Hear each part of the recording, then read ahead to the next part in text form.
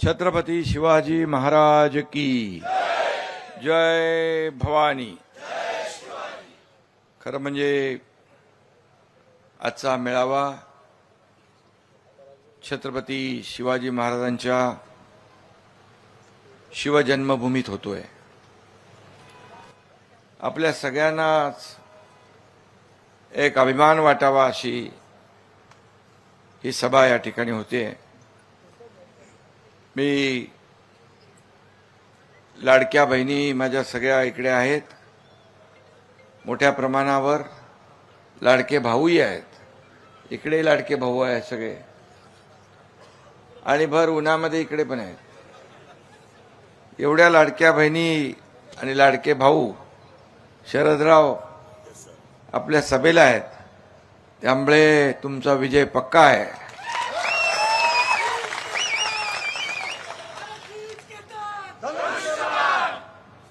आणि ज्या उमेदवारांच्या पाठीमागे मोठ्या प्रमाणात महिला, त्यांचा मतपेटीत नंबर पहिला, हे गणित आहे। म्हणजे लाडके भाऊही त्यांच्या मागेच आहेत।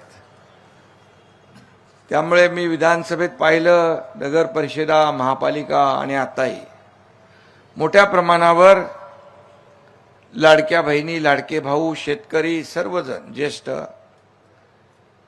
या प्रचार सभांना उपस्थित राहताना पाहतोय। ही भूमी देखील संत तुकाराम महाराजांचे गुरु संत चैतन्य महाराजांची संजीवन समाधी, रामकृष्ण हरी हा वारकरी संप्रदायाला मंत्र याच भूमीतून दिला, अशी ही पवित्र भूमी आहे। आणि म्हणून मी सगळ्यांना वंदनही करतो आणि पुन्हा एकदा रामकृष्ण हरी हा जयघोष करतो। खरं म्हणजे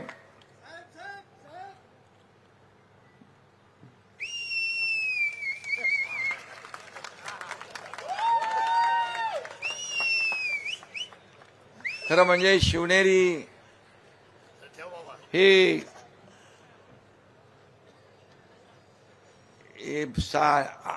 7 तारखेला दाखवते, जिथे गवतानाही भाले फुटतात अशी पराक्रमाची भूमी आहे। ही भूमी मंदिरा इतकीच पवित्र आहे। खरं म्हणजे हीच आपली प्रयाग काशी आहे असं समजूया।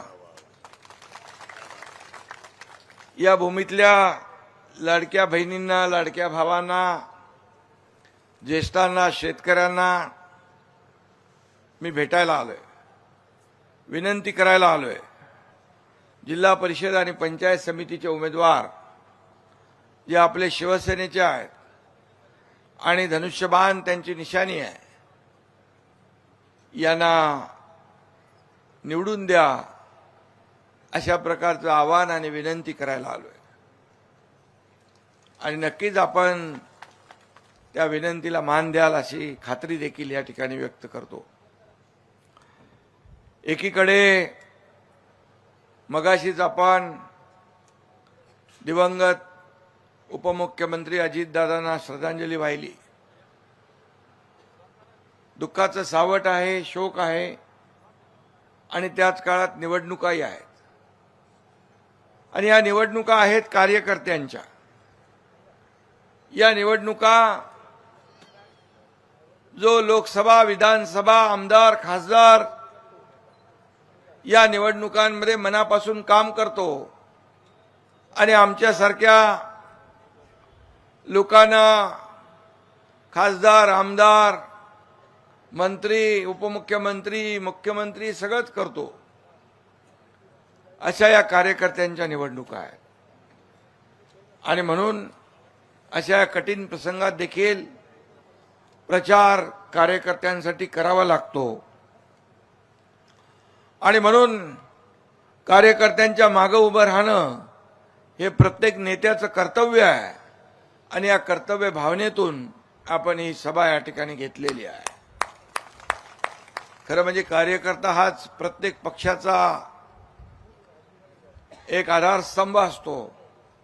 कार्यकर्ता पक्षाला मोठं करत असतो, कार्यकर्ता नेत्याला मोठं करत असतो, मग त्याची अपेक्षा असते जेव्हा निवडणुका त्याच्या असतात, या कार्यकर्त्याच्या निवडणुका आहेत, जिल्हा परिषद काय, पंचायत समिती काय. आणि म्हणून सर्व नेत्यांनी आपली स्वतःची निवडणूक समजून या कार्यकर्त्यांच्या निवडणुकांमध्ये सहभाग घेतलेला आहे. खरं म्हणजे यापूर्वी शिवरायांच्या या जन्मभूमी जुन्नरमध्ये नगरपालिकेवर आपला भगवा डौलाने आपण फडकवलेला आहे, त्याबद्दल मी आपल्याला मनापासून धन्यवाद देतो. विधानसभेत देखील आपण चमत्कार केलाय, नगरपालिकेतही केला. विधानसभेत लाडक्या बहिणींनी, लाडक्या भावांनी, शेतकऱ्यांनी, सगळ्याच आपल्या ज्येष्ठांनी या झालेल्या विधानसभेच्या निवडणुकांमध्ये थोडकं नाही तर अतिशय दैदिप्यमान यश मिळवून दिलं. महायुतीला 232 जागा मिळाल्या. महाराष्ट्राच्या इतिहासात कधी एवढ्या जागा मिळाल्या नव्हत्या. त्या आपण चमत्कार करून दाखवला. मी राज्याचा मुख्यमंत्री असताना या राज्यामध्ये संपूर्ण राज्य, प्रत्येक जिल्हा, तालुका फिरलो आणि मुख्यमंत्री माझी लाडकी बहीण योजना, लेक लाडकी लखपती योजना, एसटी मध्ये 50% सवलत देण्याचा निर्णय, मुलींचं उच्च शिक्षण मोफत देण्याचा निर्णय, आपल्या नावासमोर आईचं नाव लिहिण्याचा निर्णय, शेतकरी सन्मान योजना, केंद्राचे 6,000 होते, आपले 6,000 टाकून शेतकरी सन्मान योजना सुरू केली. पीक विमा योजना, शेतकऱ्यांसाठी अनेक योजना, युवकांसाठी रोजगार पाहिजे, लाडक्या बहिणींसाठी आरोग्याच्या अनेक योजना केल्या. 1.5 लाखाचा महात्मा ज्योतिबा फुले विमा योजना होती. मी मुख्यमंत्री असताना 1.5 लाखाची मर्यादा 5 लाखावर नेली. 5 लाख रुपये महात्मा ज्योतिबा फुले योजनेचे केले. अशा अनेक योजना केल्या. इतके निर्णय आपण घेतले. 2.5 वर्षामध्ये ऐतिहासिक निर्णय घेतले आणि त्यामुळेच आपण 232 जागा निवडून दिल्या. मुख्यमंत्री माझी लाडकी बहीण योजना, सगळ्यात आवडती माझी योजना कुठली असेल तर मुख्यमंत्री माझी लाडकी बहीण योजना. त्या योजनेला देखील त्या काळात विरोध केला. काही लोक कोर्टात गेले. आता झालेल्या निवडणुकांमध्ये देखील निवडणूक आयोगाला एक पत्र दिलं, पैसे यांचे हप्ते थांबवा म्हणून. परंतु आम्ही हप्ते बँकेमध्ये जमा करणारे लोक आहोत, घेणारे नाही, देणारे आहोत. आणि म्हणून आता पण काहीतरी राहिलंय ते 3 महिन्याचे एकदम 4,500 रुपये आपल्या खात्यामध्ये ज्यांचे जमा झाले नाही त्यांचे जमा होतील. इकडे काय बाकी राहिलेलं नाही वाटतं दिसत. मिळालेत का? मी आपल्याला एकच सांगतो, आम्ही देखील गरिबी पाहिली आहे. शेतकऱ्याच्या कुटुंबातून माझा जन्म झालेला. त्या काळची आमची आईची कुटुंबाची परिस्थिती आम्ही पाहिली आहे. आणि म्हणून जेव्हा आम्ही मुख्यमंत्री झालो तेव्हा आमच्या लाडक्या बहिणी, भावांसाठी, मातांसाठी, शेतकऱ्यांसाठी काही ना काही केलं पाहिजे, याच भावनेतून लाडकी बहीण योजना जन्माला आली. आणि लाडकी बहीण योजना घोषणा केली. काही लोकांना वाटलं फक्त घोषणा आहे निवडणुकीपुरती, परंतु एकनाथ शिंदे शब्द देतो तो पूर्ण करतो आणि तो शब्द आम्ही पाळला, पूर्ण केला. योजना सुरू झाली. आणि मी आपल्याला सांगतो, काही लोक विचारतात निवडणुकांमध्ये तुम्ही 2100 रुपये घोषणा केली आहे. बोल हो, केलेली आहे. योग्य वेळी तेही आम्ही देणार, कुठेही मागे राहणार नाही. जो दिलेला शब्द आहे तो आम्ही पाळणार. आणि कुणी माईकाला आला तरी मुख्यमंत्री माझी लाडकी बहीण योजना कधीही बंद होणार नाही, हा शब्द आहे आमचा. शेतकरी इकडे आहेत, हे आपला हा भाग सगळा सुपीक आहे, शेतीचा. आणि मगाशी आमदार महोदयांनी सांगितलं, काही लोक विचारतात तुम्ही कर्जमाफीचा निर्णय घेतलेला आहे. हो, घेतला आहे. आमची त्या बाबतीत मुख्यमंत्र्यांची आमची बैठकही झाली आहे. एक कमिटी गठीत केलेली आहे. अहवाल आल्यावर योग्य वेळी तोही निर्णय आम्ही घेणार, बिलकुल घेणार. का दिलेला शब्द आम्ही पाळणारे लोक आहोत. त्यावेळेस मुख्यमंत्री माझी लाडकी बहीण योजनेला जवळपास 40 ते 45 हजार कोटी रुपये खर्च वर्षाला होता. कसा करणार, कुठून देणार असा प्रश्न अनेकांनी निर्माण केला. परंतु शेवटी हे पैसे आपले आहेत, हे जनतेचे पैसे आहेत. मग माझ्या लाडक्या बहिणींच्या कुटुंबाला आधार देण्यासाठी आम्ही निर्णय घेतला असला तर काय चुकीचं आहे. तुम्ही तर काय दिलं नाही, परंतु आम्ही जेव्हा दिलं तेव्हा टीका करताय. आणि म्हणून माझा आपल्याला एकच सांगतो मी, की कुठल्याही परिस्थितीमध्ये ज्या योजना आम्ही सुरू केल्यात त्या योजना कधीच बंद होऊ देणार नाही, होणार नाहीत, हा विश्वास या ठिकाणी व्यक्त करतो. खरं म्हणजे या भागामध्ये खूप पर्यटनाला चालना देण्यासारखी परिस्थिती आहे आणि हा सुपीक भाग आहे. पर्यटन इकडे मोठ्या प्रमाणावर होऊ शकतं. आणि त्याचबरोबर आज शरद सोनावणे यासारखा आमदार तुम्हाला मिळालेला आहे. एक आदर्श आमदार, कर्तव्यदक्ष आमदार. आणि कधी रात्री अपरात्री मला फोन करत असतो, पण मी त्याचा फोन घेत असतो, कारण मला माहित आहे की या बिबट्याचं इकडे गडबड चालू आहे. त्यामुळे या बिबट्याचा बंदोबस्त तर आपल्याला करायचंच आहे. आता हे 2 रेस्क्यू सेंटर आणि त्याचबरोबर पुढं नगरला, जुन्नर तालुक्यात 2, हे सर्व व्यवस्था आम्ही निर्णय घेतलाय, कॅबिनेटमध्ये निर्णय घेतलेला आहे. आणि या भागातलं बिबटमुक्त, दहशतमुक्त वातावरण या ठिकाणी केलं पाहिजे. आणि हे करणार आम्ही. लोकांचे जीव वाचवणार. सर्वात महत्वाचा लोकांचा जीव आहे. लहान मुलं आपल्या आईवडिलांसमोरून त्यांचा जीव जातोय, हे उघड्या डोळ्यांनी पाहणार आहे सरकार नाही, हे सर्वसामान्यांचं सरकार आहे. सर्वसामान्यांच्या जीविताचं रक्षण करणारं सरकार आहे. आणि म्हणून या ठिकाणी आपल्याला बघ, उदय सामंत यांनी व्हॉइस मेसेज पाठवलाय. मी मगाशी त्यांना फोन केला होता, ते हेलिकॉप्टरमध्ये होते. त्यांनी म्हटलेलं आहे, मी बोलल्याप्रमाणे MIDC करून देतो म्हणून या ठिकाणी सांगितलेलं आहे. आणि MIDC म्हणजे IT पार्क. मुख्य नेते आणि आमचे मार्गदर्शक राज्याचे उपमुख्यमंत्री आदरणीय एकनाथ शिंदे साहेब जुन्नरमध्ये जिल्हा परिषद आवाज नाही येत रे, प्रचारासाठी आलेले आहेत. येतोय.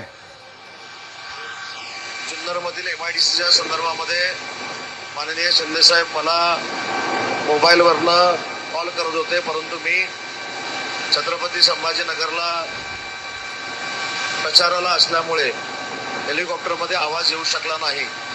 परंतु माननीय एकनाथ शिंदे साहेब MIDCच्या बाबतीत जुन्नरच्या अगोदरच माझ्याशी बोललेले आहेत.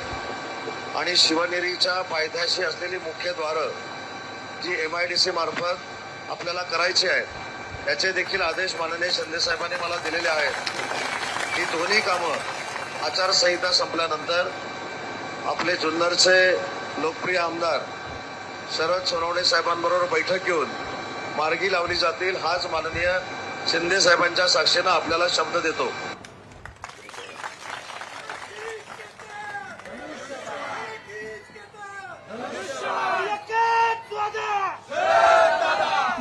एकच आहे माझी काम करण्याची पद्धत. माझी काम करण्याची पद्धत. आता आचारसंहिता तर संपू द्या, की बघतो करतो पाहतोवाला नाही आहे. जे होणार असेल ते तात्काळ करण्याचा मी प्रयत्न करतो. No reason on the spot decision, हे मी नेहमी माझं भूमिका आहे. आणि म्हणून मी आपल्याला शब्द देतो, जे उदय सामंत यांच्या विभागामध्ये आपल्याला MIDC IT पार्क जे करायचं आहे त्याचं तात्काळ या ठिकाणी प्रक्रिया सुरू होईल. आणि महाद्वार जी आहेत ती देखील आपल्याला भव्य दिव्य लोक बघायला येतील इकडे. जो शिवनेरीला अशा प्रकारची महाद्वार देखील होतील. खरं हे जुन्नर हे केवळ गाव नसून महाराष्ट्राचे भाग्यविधाते, महाराष्ट्राचं आराध्य दैवत छत्रपती शिवाजी महाराजांचं जन्मगाव आहे. आणि त्यासाठी शरद इथं जे जे काही करता येईल ते करणं म्हणजे आमचं भाग्य आहे. आम्ही स्वतःला नशीबवान समजू की या ठिकाणी आम्हाला हे करण्याची संधी मिळाली आहे. आणि म्हणून आपण सगळ्यांनी मिळून हे शिवभूमीचे पांग फेडण्याचा प्रयत्न आपण करू. कारण त्यांच्या ऋणातून उतराई होण्याचा आपला तेवढा आपण म्हणजे छत्रपती शिवाजी महाराजांनी त्यांचा जो काय आदर्श घडवला आहे, छत्रपती शिवाजी महाराजांचा आदर्श राज्यकारभार आपण पाहिलेला आहे. रयतेच्या भाजीच्या देठालाही हात लागता कामा नये अशा प्रकारचा कारभार त्यांनी केला. आणि त्यांचा आदर्श डोळ्यासमोर ठेवून आपण राज्याचा कारभार करतो आहे, याचा अभिमान आपल्याला आहे. आणि म्हणून इथं काय नाही आहे, इथं लेणी आहेत, गडकिल्ले आहेत, कोकण कडे आहेत, मंदिरे आहेत, सगळं आहे. जुन्नरला देशातला नंबर 1 पर्यटन तालुका केला पाहिजे अशा प्रकारचे शरद भाऊनी जे इथं मागणी केलेली आहे ती मागणी नक्की या ठिकाणी पूर्ण केली जाईल अशा प्रकारचा शब्द मी या ठिकाणी देऊ इच्छितो. आणि डुंबरवाडी इथं काय आपण फूड प्रोसेसिंग करतोय आणि तो शेतकऱ्यांसाठी संजीवनी ठरेल. फूड प्रोसेसिंग पार्क आंबेगाव तो आपल्याला फायद्याचा होईल ना. आणि बाकी तर बिबट्याचा प्रश्न आपण मी बोललोय, रेस्क्यू सेंटरची संख्या वाढवणं. इथं दुसरं यांचा पण प्रॉब्लेम आहे का, रानडुकरांचा प्रॉब्लेम शेतकऱ्यांना आहे, तो देखील शरदरावांनी माझ्या कानी घातलेला आहे. आदिवासी भागामध्ये देखील जे जे काही आवश्यक विकास कामं आहेत, आदिवासी पाडे आहेत मोठ्या प्रमाणावर, ते देखील आपल्याला करता येतील. पिण्याच्या पाण्याचा रस्त्यांचा प्रश्न सुटावा, बुडीत बंधारे व्हावेत, दाऱ्याघाट पूर्ण व्हावा, यासाठी देखील त्यांचा सातत्याने पाठपुरावा असतो. आणि म्हणून जुन्नरचा कायापालट आपल्याला करायचा आहे. जुन्नरचा विकास हाच आपला शिवसेनेचा ध्यास आहे. आणि म्हणून मी आपल्याला एवढंच सांगतो की एक आपला आमदार जो आहे, आमदार सातत्याने पाठपुरावा करणार आहे. आमदार एकदा कुठला विषय घेतला की तो पार तडीस नेल्याशिवाय शांत बसत नाही, असा प्रकारचा आमदार आपण निवडून दिलेला आहे. आणि म्हणून या भागामध्ये जे जे काही आपल्याला करता येईल ते आपण नक्की करू. आणि पर्यटनालाही चालना देऊ. इथले तरुण रोजगारासाठी दुसऱ्या शहरांमध्ये जाता त्यांना जायची वेळ येऊ नये, यासाठी इथंच रोजगार मिळाला पाहिजे, इथंच पर्यटन झालं पाहिजे, त्याला चालना मिळाली पाहिजे, अशा प्रकारचा या ठिकाणी प्रयत्न आपण करूया. आणि म्हणून काय आणखी रस्ता कुठला येतोय तुमच्याकडे, मुरबाड जुन्नर महामार्ग, तो देखील करायचा. आणि पुणे नाशिक रेल्वे देखील बऱ्याच वर्षापासून रखडलेली आहे. पण मी आपल्याला विश्वास देतो की याला आपण तात्काळ चालना देऊ आणि या गेल्या अनेक वर्षापासूनचा जो विषय आहे तो आपण मार्गी लावू. त्याचबरोबर कुठला हायवे, पंतप्रधान गतिशक्तीमध्ये 56 किलोमीटर लांबीचा जुन्नर तळेगाव रस्त्याच्या कामाला देखील आपण हाती घेतलेला आहे. हा महत्वाचा ब्राऊनफील्ड प्रकल्प भीमाशंकर जुन्नर बांकर फाट्याला जोडायचा आहे, बरोबर आहे ना. आणि म्हणून यामध्ये देखील आपल्याला हा पुढे न्यायचा. चिलेवाडी धरणाच्या रखडलेलं काम जे आहे त्याला गती द्यायची आहे. त्यासाठी दुरुस्तीसाठी आपण 313 कोटी मंजूर केलेले आहेत. कारण मी मुख्यमंत्री असताना या ठिकाणी अनेक विषयांना हात घातला होता आणि म्हणून या संपूर्ण राज्यभरात मी कुठं कुठं जातो त्यावेळेस काही प्रकल्प सुरू झालेले असतात, काही प्रकल्प पूर्ण झालेले असतात आणि त्यावेळेस मला सांगितलं जातं तुम्ही मुख्यमंत्री असताना याला आपण पैसे दिलेले आहेत आणि म्हणून माझ्याकडे जेव्हा जे प्रकरणं आली त्याला माहीत आहे शरदला की मी तात्काळ त्याच्यावर सही केली आणि तो मार्गी लावण्याचा प्रयत्न केलेला आहे आणि म्हणून या संपूर्ण महाराष्ट्रामध्ये आपण विकासाला चालना दिली आहे, लोकाभिमुख कल्याणकारी योजनाही आपण केलेल्या आहेत आणि त्यामुळे या जुन्नर तालुक्यामध्ये एवढं मोठं पोटेन्शियल आहे. तुमची दुसरी सफारी पण आहे ना इकडे काय बिबट सफारी बनवायचे, पैसे टाकले तुम्ही 80 कोटी बिबट सफारी जी आहे म्हणजे त्याच्या आतमध्ये त्यांना टाकून द्यायचं आतमध्ये टाकून जाईल. जवान त्यासाठी देखील 80 कोटी रुपये आपण त्याला तरतूद केलेली आहे. त्यामुळे जे जे काही आपल्याला करता येईल ते आपण केलंय आणि म्हणून शेतकरी जे आहेत या शेतकऱ्यांना देखील मी सांगू इच्छितो खरं म्हणजे हा सुपीक एरिया आहे आणि म्हणून प्रगत शेतकरी, प्रगत शेती या शेतीला प्राधान्य देणारा हा तालुका आहे आणि म्हणून नवीन नवीन तंत्रज्ञान येत आहेत. आज शेतीमध्ये देखील एआयचा वापर आपण करतोय. देशाचे प्रधानमंत्री महोदयांनी देखील शेतीला चालना दिलेली आहे आणि म्हणून आपलं राज्य देखील सरकार शेतीला प्राधान्य देत आहे आणि म्हणून शेतीला प्राधान्य देण्याचं काम आपण करू एवढीच आपल्याला खात्री मी देतो. मगाशी आपल्या आमदार महोदयांनी सांगितले कुंभमेळा पारुंडेसाठी 240 कोटी मंजूर करणे आवश्यक आहे आणि आमची चर्चा झालेली आहे. हे आवश्यक आहे, गेल्या अनेक वर्षापासूनची मागणी आहे आणि म्हणून जे साधू संत येतात त्यांची गैरसोय होऊ नये यासाठी आपण तोही निर्णय घेऊ. त्याचबरोबर ओझर येथे पर्यटन वाढीसाठी नौका नयनाला मंजुरी पाहिजे, ती देखील आपण पर्यटन शंभूराज देसाई यांना सांगतो, मी शंभूराज देसाईंना सांगतो आणि तुम्ही एकदा या. तुमचे जेवढे ज्या मंत्र्यांच्या बरोबर विषय आहेत त्या मंत्र्यांबरोबर बैठक घेऊ आचारसंहिता संपल्यानंतर आणि तेही मार्गी लावू. उमरस ते ओझर पुलाचं काम निधी देऊन पूर्ण केलं पाहिजे. त्याला 35 कोटी रुपये आवश्यक आहेत. 35 कोटी रुपये त्याला त्याची तरतूद जी आहे ती देखील केली जाईल. पर्यटनामधून कपर्दिकेश्वर, ओझर, लेण्याद्री, रेडा समाधी, आळे, काळभैरवनाथ, खामुंडी, ब्रह्मनाथ, पारुंडे, कुकडेश्वर, गुप्त विठोबा, बेले, रंगदास स्वामी आने, खंडोबा, वडद, धामणखेल, नागेश्वर, हटकेश्वर, नारायणगाव, मुक्ताई देवी या धर्मस्थळांच्या पर्यटन विकासासाठी देखील चालना देण्याचं काम करावं अशी मागणी केली. मी आपल्याला शब्द देतो की या सर्व बाबींवर आपली प्रक्रिया आपण सुरू करू आणि एक उत्तम पर्यटन स्थळ या ठिकाणी करू.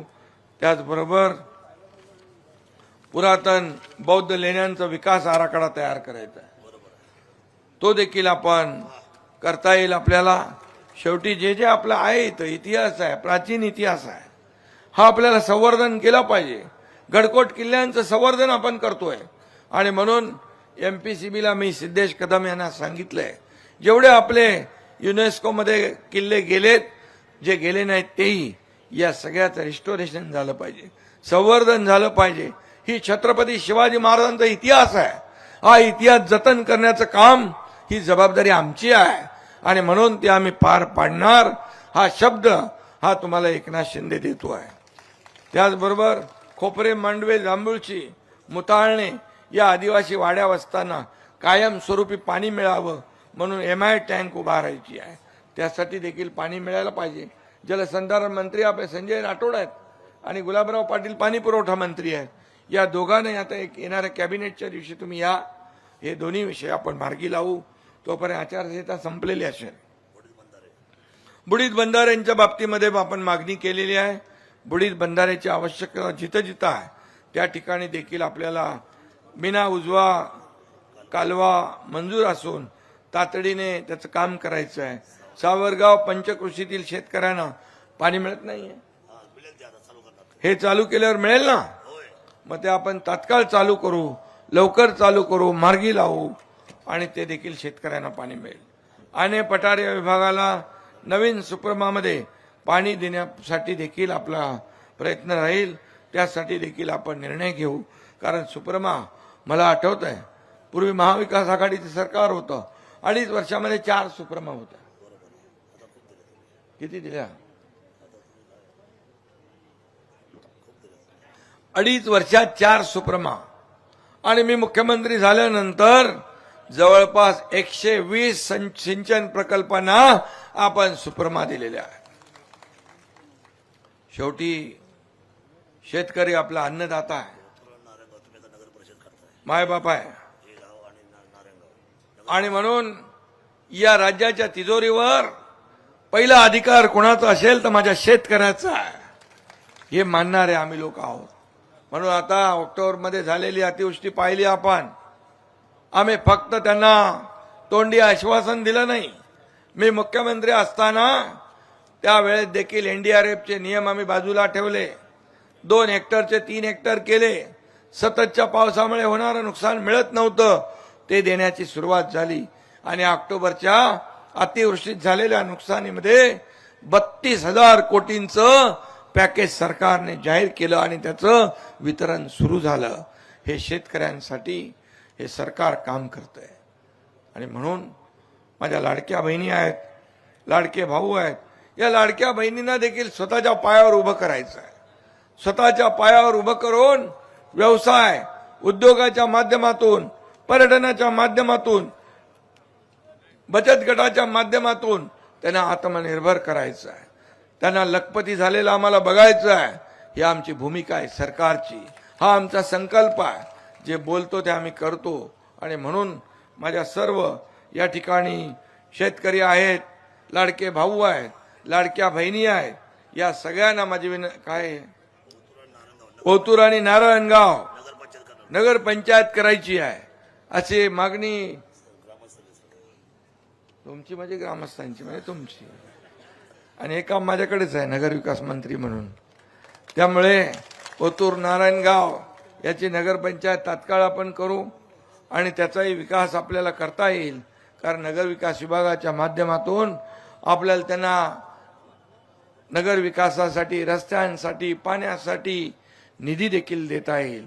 आणि म्हणून ही देखील मागणी आपली आम्ही मान्य करू. लवकर त्याची प्रक्रिया पूर्ण करू. लाडक्या पत्रकारांचा देखील काय विषय असेल तेही आम्ही सोडवू. लाडके पत्रकार चांगल्या बातम्या द्या तुम्ही. आणि या निवडणुकीमध्ये जिल्हा परिषदच्या, पंचायत समितीच्या 7 तारखेला बरोबर धनुष्यबाणावर मतदान झालं पाहिजे, हे पण बघा. अरे थांबा की. आणि म्हणून मी आपल्याला पुन्हा एकदा मनापासून धन्यवाद देत असताना, या शिवसेना ही शिवभक्तांची आहे. आणि म्हणून ही निवडणूक तुमच्या गावाच्या विकासाची आहे. ही जिल्हा परिषद, पंचायत समित्या, बाकी महापालिका, नगर परिषदा झाल्या, आपल्या शहराच्या निवडणुका झाल्या. ह्या आपल्या ग्रामीण भागाच्या निवडणुका आहेत. आणि या ग्रामीण भागामध्येचा विकास करायचा असेल तर आपल्या हक्काचा जिल्हा परिषद सदस्य पाहिजे, पंचायत समिती सदस्य आपल्या हक्काचा पाहिजे. आणि म्हणून आपल्या हक्काचा सदस्य निवडून द्या. आणि या पुणे जिल्हा परिषदेवर शिवसेनेचा भगवा, शिवरायांचा, शिवसेनेचा भगवा आपल्याला डौलाने फडकवायचा आहे. हे करायचं असेल तर आपल्याला तुमच्याकडे जेवढ्या जागा, जिल्हा परिषद गट किती आहेत? 8 जिल्हा परिषद गटातले लोक आहेत. नाव घेऊ का यांचं?